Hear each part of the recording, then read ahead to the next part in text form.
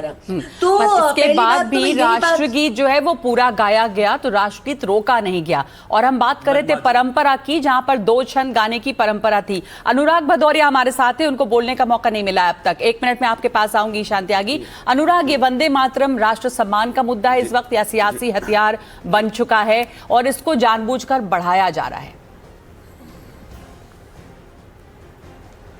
देखिए, वंदे मातरम में अगर पहली लाइन है सुजलाम सुफलाम मलय शीतलाम सस्य श्यामलम मातरम वंदे मातरम, मतलब क्या है?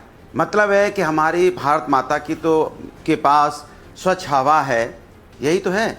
यहाँ पे हमारी फसल है, हरे भरे पेड़ हैं, पानी शुद्ध है, यहाँ पे किस तरह से फल फूल हैं। तो क्या इस देश के अंदर में, मैं आपसे सवाल पूछता हूँ जिसका सवाल प्रधानमंत्री जी ने बोला, दिमागी नक्सल, तो किसकी वजह से आज शुद्ध हवा नहीं है? क्यों हवा में जहर दिखाई पड़ता है? क्यों हाई क्यों रहता है? सीधा सा सवाल है। दूसरा, पानी स्वच्छ क्यों नहीं है? क्यों नहीं गंगा साफ होती है? क्यों नहीं यमुना साफ है? क्यों गंदे पानी पी के लोगों की मौतें हो रही हैं? तो हम तो साथ रहे ये दिमागी नक्सल कौन है? किसकी वजह से यहाँ पे जंगल काटे जा रहे हैं? किसकी वजह से जंगल यहाँ पेड़ पौधे काटे जा रहे हैं? फसल में देखो, फसल का किसानों के लिए फसल की पूरी कीमत नहीं मिल रही है, फसल पूरी तरह से हो नहीं पा रही है। कौन है जिम्मेदार? तो इसके मतलब नक्सल यहाँ पे जो दिमागी नक्सल कौन है? कौन है दिमागी नक्सल जो हमारे छात्रों को गटर बोल दिया जाता है? किसका? कौन है दिमागी नक्सल सोच वाला जो हमारे छात्रों को पंचर जोड़ने वाला भी बोला जाता है? कौन है दिमागी नक्सल जिस तरह से हमारे आर्मी को, मेरी पूरी बात होने दीजिए, मेरी पूरी बात हो जाए, 10 सेकंड दीजिए। कौन है आर्मी, हमारी आर्मी ऑफिसर सुफिया कुरैशी जी को बोला जाता है कि आतंकवादी की बहन है? कौन है दिमागी नक्सल जो ये कहता है कि नहीं, जो वहां पे 26 बहनों का सिंदूर उजड़ा था, वीरांगना का भाव नहीं था? कौन है दिमागी नक्सल जिसकी वजह से चढ़ावा चोरी प्रभु राम के मंदिर में हो गया? और हम उससे सवाल पूछ रहे हैं कि इस पर चर्चा हो जाए तो चर्चा होने में लोग घबराते हैं। कौन है इस देश के अंदर आर्मी नक्सल, यहाँ पे दिमागी नक्सल जो नफरत की राजनीति कर रहे हैं, हमारे समाज को बांटने की बात कर रहे हैं, हमारे अपनों से अलग कर रहे हैं? दूसरी लाइन, उसमें एक और लाइन है, तुम्ही विद्या तुम्ही धर्म तुम्ही हृदय तुम्ही मर्म, मतलब तुम्ही विद्या हो। और एक और लाइन है, सुहासिनी सुमधुर भाषिणम, मतलब हमारी भाषा कितनी मधुर होगी। यहाँ क्या भाषा मधुर है? एक दूसरे को गाली गलौज करके बात की जाती है, व्यक्तिगत हमले किए जाते हैं, भाषण वही तो। उसके बाद आप देखो एक दूसरे को किस तरह से यहाँ पे एक दूसरे को अपमानित किया जाता है, कैसे एक दूसरे को टोका जाता है, तो कैसे एक दूसरे के। अनुराग भदौरिया, आपने बहुत अच्छे से पूरी व्याख्या की राष्ट्रगान की। मैं सिर्फ ये पूछ रही हूँ, आपने सही सवाल उठाया कि कौन है दिमागी नक्सल, और ये तमाम चीजें जो राष्ट्रगान में कहा गया उसको जो नहीं मान रहे, नहीं फॉलो कर रहे, दिमागी नक्सल वो भी हैं। सुजलाम सुफलाम सुमधुर भाषिणी, तमाम बातें आपने की, लेकिन जो सवाल मूल था कि उसको अगर कांग्रेस दफ्तर में बिना रोक टोक के पूरा गा लिया जाता तो समस्या क्या थी?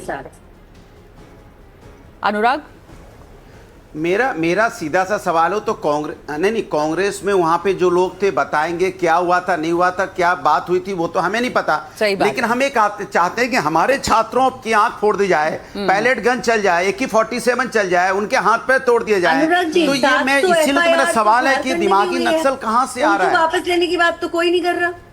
देखिए, ये डबल स्टैंडर्ड्स की बातों पर आप आ जाते हैं। बात कर रहा हूं। देखिए, मेरे लिए एक सेकंड देखो वैसा वैसे नहीं करते, मैं बोलूं फिर आप बोले ना। अरे फिर आप बोले ना, मैं कह रहा हूं कि जो वहां पे झारखंड में हुआ बच्चों के साथ अन्याय होगा, मैं उसका भी विरोध कर रहा हूं। मैं तो चारू प्रज्ञा को इसका जवाब देने दीजिए। आप जो कह रहे हैं उस पर वो रिएक्ट भी करना चाह रही है ना, तो सुन लीजिए। अनुराग, आपकी बात हो गई। पैलेट गन चलता, अनुराग भदौरिया, मौका दीजिए उनको भी बोलने का। चारू प्रज्ञा, क्या जवाब है आपका? की बात करेंगे, देखिए नगमा जी, मैं बहुत, हमें भारत माता के लिए हमें लड़ना है, भारत माता को आजादी दिलानी है। सही बात है, सही बात है। वापस आते हैं इस मुद्दे पर भी अभी कि ये क्या।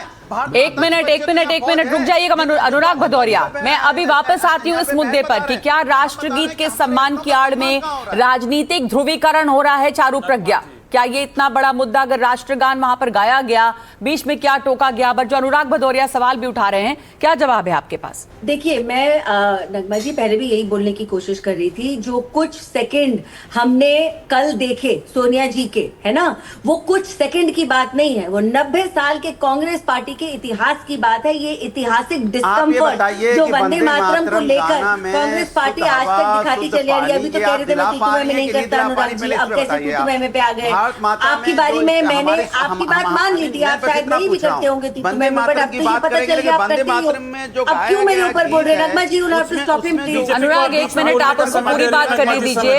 अनुराग भदौरिया, प्लीज, आपका नहीं तो थोड़ा एक मिनट, अनुराग उनको बात पूरी करने दीजिए। आप जब कह रहे थे तो वो बात नहीं कर रही थी, लेकिन मैं उनका सवाल दोहरा दूं। चारू प्रज्ञा, आप अगर उस बात का जवाब दे दें। उनका कहना है कि राष्ट्रगान में, जब हमारे राष्ट्रगान में जो बोल हैं, उस बोल की जो भावना है, उसको कहां कौन फॉलो कर रहा है? सुमधुर भाषिणी है, सुजलाम सुफलाम, वो नदियों की बात कर रहे हैं, वो स्वच्छ हवा की बात कर रहे हैं। बात यह है कि जो स्पिरिट ऑफ राष्ट्रगान जो है, उसको तो कोई देख नहीं रहा, और यहां पर बड़ा मुद्दा बनाया हुआ है इस चीज को। नहीं, देखिए ऐसा है नगमा जी, अच्छा है स्पिरिट पर जाने लग गए हैं अनुराग जी, लेकिन ये थोड़ा सा एडवाइस वो अगर अपने अलायंस पार्टनर कांग्रेस को भी दे देते तो अच्छा होता, क्योंकि कांग्रेस ने अपना स्तर अब इस लेवल तक गिरा लिया है कि ना ही अपमान केवल आपने वंदे मातरम का किया, हमारे राष्ट्रगीत का किया अपमान, आप मंच पे खड़े होके आप एक दूसरे देश के प्रधानमंत्री की करने लग गए।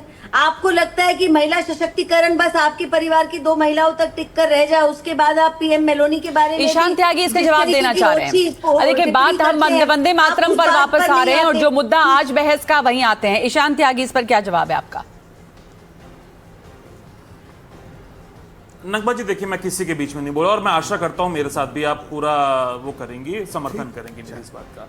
देखिए, क्या है कि जिनका खोखला इतिहास होता है, जिनका राष्ट्रद्रोह का इतिहास होता है, वो दूसरों पे कीचड़ उछालने का पूरा प्रयास करते हैं, जिस तरीके से भारतीय जनता पार्टी और आरएसएस से जुड़े हुए लोग कर रहे हैं। इनका इतिहास ये रहा है कि एके फजलुल हक के साथ श्यामा प्रसाद मुखर्जी सरकारें चला रहे थे। वही एके फजलुल हक जो 1940 में पाकिस्तान बनाने के लिए जो उसका जो रेजोल्यूशन था, उसको मूव करने का उन्होंने मुस्लिम लीग में काम किया था। उनके साथ श्यामा प्रसाद मुखर्जी इन्हीं के पूर्वज थे, उन्होंने सरकार चलाने का काम किया। नॉर्थ वेस्ट फ्रंटियर प्रोविंस में और सिंध में भी सरकारें चलाई मुस्लिम लीग के साथ। हम हिंदू महासभा ने क्विट इंडिया मूवमेंट जब हुआ तो उसका विरोध करने का काम आरएसएस के लोगों ने किया। और एक मैं छोटा सा ऑर्गेनाइजर का एक लेख और पढ़ देता हूं जो हमारे तिरंगे के बारे में, मैं आपको टोकूंगी नहीं बीच में, पर सिर्फ इतना बोल दूं कि आप इस मुद्दे पे वापस आइए। आप इतिहास में जाते हैं, उतना समय नहीं है। आज के मुद्दे पर आइए। कांग्रेस दफ्तर में क्या हुआ, अपमान हुआ? नहीं, आरएसएस का इतिहास और श्यामा प्रसाद मुखर्जी, देखिए, नहीं, समय की बात नहीं। आप फिर कहेंगे कोई टोके नहीं। बात मैं आपसे ये पूछ रही हूं कि जो आज मुद्दा है, जिस पर हम आज बात कर रहे हैं, आप उस पर बात कीजिए। मैं उसी पे बात कर रहा हूं। राष्ट्र की धरोहर का जो अपमान इन्होंने किया है, वो एक बार बताना चाह रहा हूं, पूरे देश को पता होना चाहिए। ये लिखते हैं वे लोग जो किस्मत के दांव से सत्ता तक पहुंचे हैं, वे भले ही हमारे हाथों में तिरंगा को थमा दें, लेकिन हिंदुओं द्वारा ना इसे कभी सम्मानित किया जा सकेगा, ना अपनाया जा सकेगा।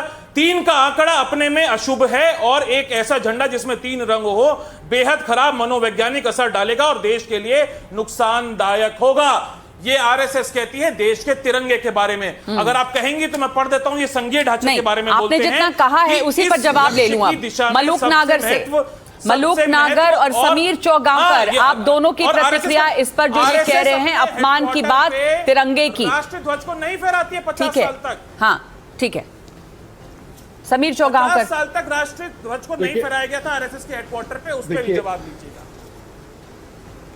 देखिए नगमा, ईशान युवा प्रवक्ता है, कांग्रेस के अच्छे प्रवक्ता है और काफी अध्ययन करके आते हैं, लेकिन इनको कुछ तथ्यों की जानकारी भी मतलब ये अधूरी लेकर आते हैं, और बातों को कैसे तोड़ मरोड़ कर रखा जाए, ये ईशान ने आज रखा है। जिस किताब का ईशान जिक्र कर रहे हैं, उन्होंने उसका सिर्फ आधा हिस्सा बताया, उसके बाद का हिस्सा उन्होंने नहीं बताया। 1925 में संघ बना था, और 1926 की पहली संघ की अकोला के पास सिंधी में बैठक हुई थी, और उसी में तय कर लिया गया था कि राज्य के सम्मान के जितने भी प्रतीक है उनके साथ आरएसएस जुड़ा रहेगा। और 1926 से लेकर आज तक संघ ने किसी भी राज्य के सम्मान से जुड़े प्रतीक का अपमान नहीं किया। उन्होंने तिरंगा, आरएसएस हेडक्वार्टर में तिरंगा नहीं फहराने का सवाल भी उठाया। समीर, 1947 में तिरंगा के बारे में, और तिरंगा कांग्रेस की सरकार रही, कांग्रेस 1 साल भी बता दें जब कांग्रेस ने कभी आरएसएस के किसी भी प्रचारक के ऊपर या संघ के ऊपर राज्य के किसी भी निशानी का अपमान करने का केस दर्ज हुआ होगा। आज तक ऐसा नहीं हुआ।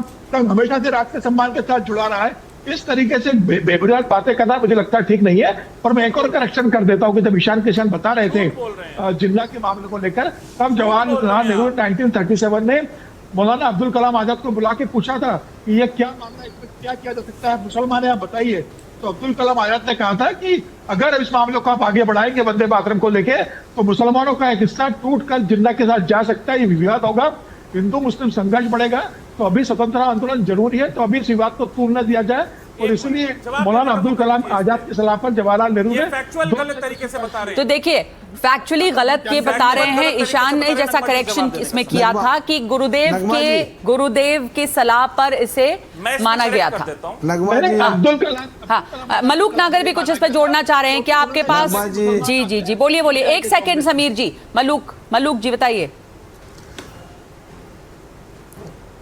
देखिए आरएसएस के बारे में तो समीर जी ने बताया और ये बताएं उससे जो, पर मुझे तो एक सीधी सी बात पूछनी है कांग्रेस के हमारे साथी प्रवक्ता से कि पहले 1937 में सीडब्ल्यूसी की मीटिंग में जो एक पार्टी की एपेक्स बॉडी है कांग्रेस वर्किंग कमेटी, क्या हुआ नहीं हुआ, जो संसद में बहस हुई, बहस में क्या बोला नहीं बोला।